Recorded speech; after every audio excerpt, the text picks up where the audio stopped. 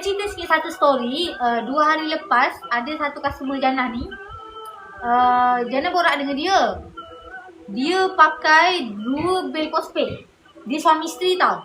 Bil postpaid dia 300.5 sebulan. Tinggi tau, 300.5 untuk 2 nombor sahaja.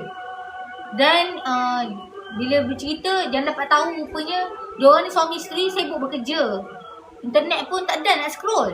Tapi kena bayar juga internet plan yang dia ambil 300.5 sebulan.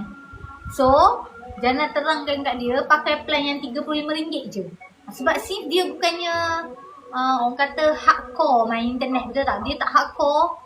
Dia biasa-biasa je main internet. Just kadang bala WhatsApp, scroll pun tak dan, betul tak? Sebab dua-dua laki bini bekerja.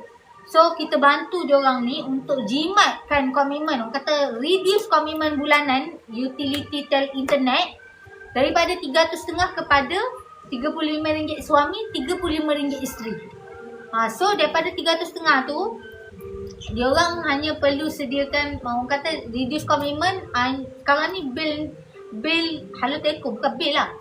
Belanja untuk internet dua-dua orang ni, suami isteri ni RM70 je sebulan.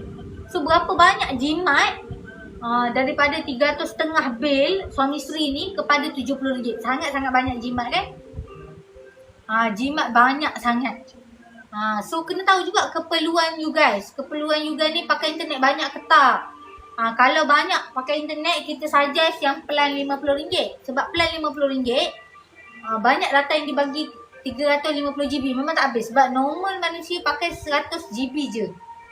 100GB. Kalau boleh sikit, maksudnya lebih sikit 150GB. Ni dia bagi 350GB. Memang tak habis. Memang tak habis.